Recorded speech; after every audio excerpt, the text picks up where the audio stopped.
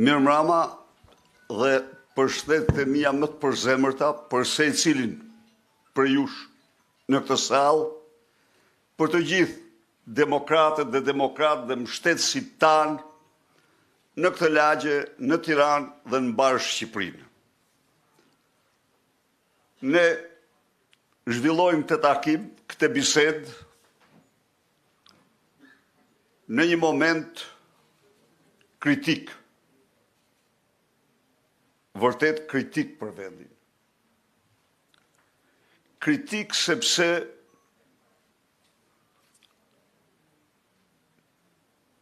në këto vite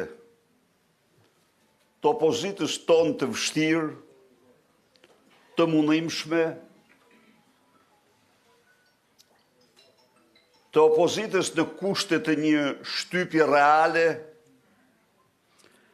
ka ndodhë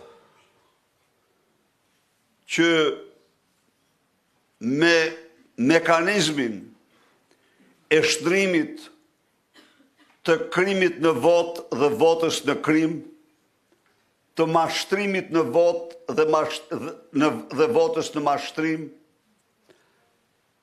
të vjedhjes dhe plaçkitjes tuaj në vot dhe votës në vjedhje dhe plaçkitje, sot kemi ardhur në një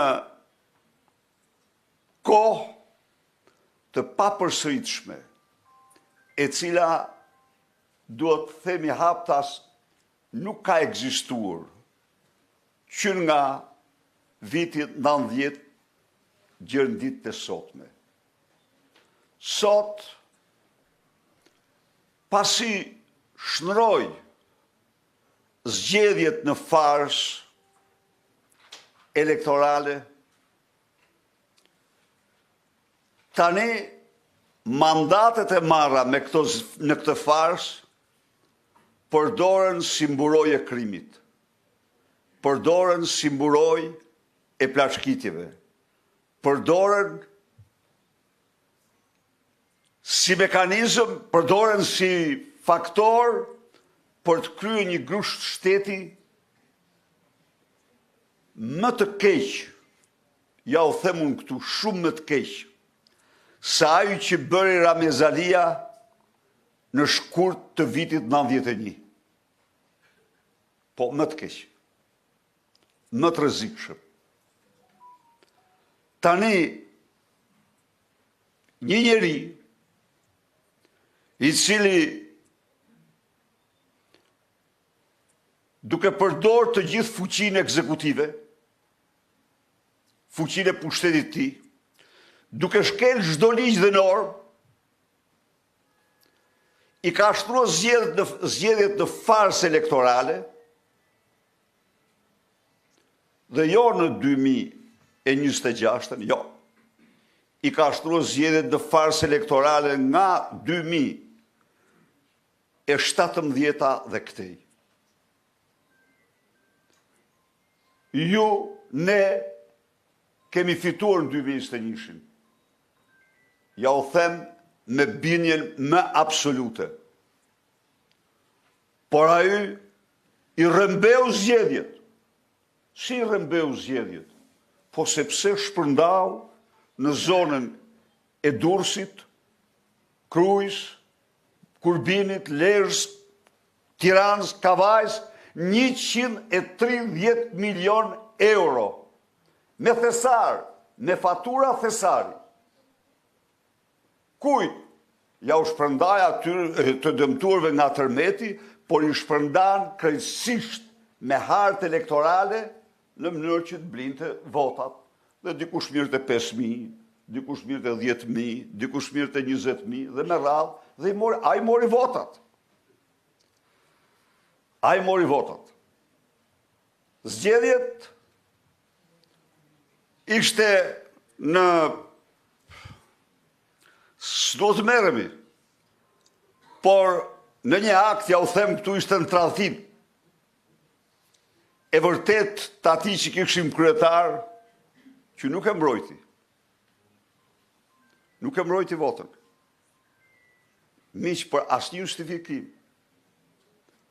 Por kam shkruar me datën 27 prill një artikull ku them vota vdiq pa hyrë në kuti. Dhe i them atij zotërisht tani detyra jonë është të mbrojmë votën.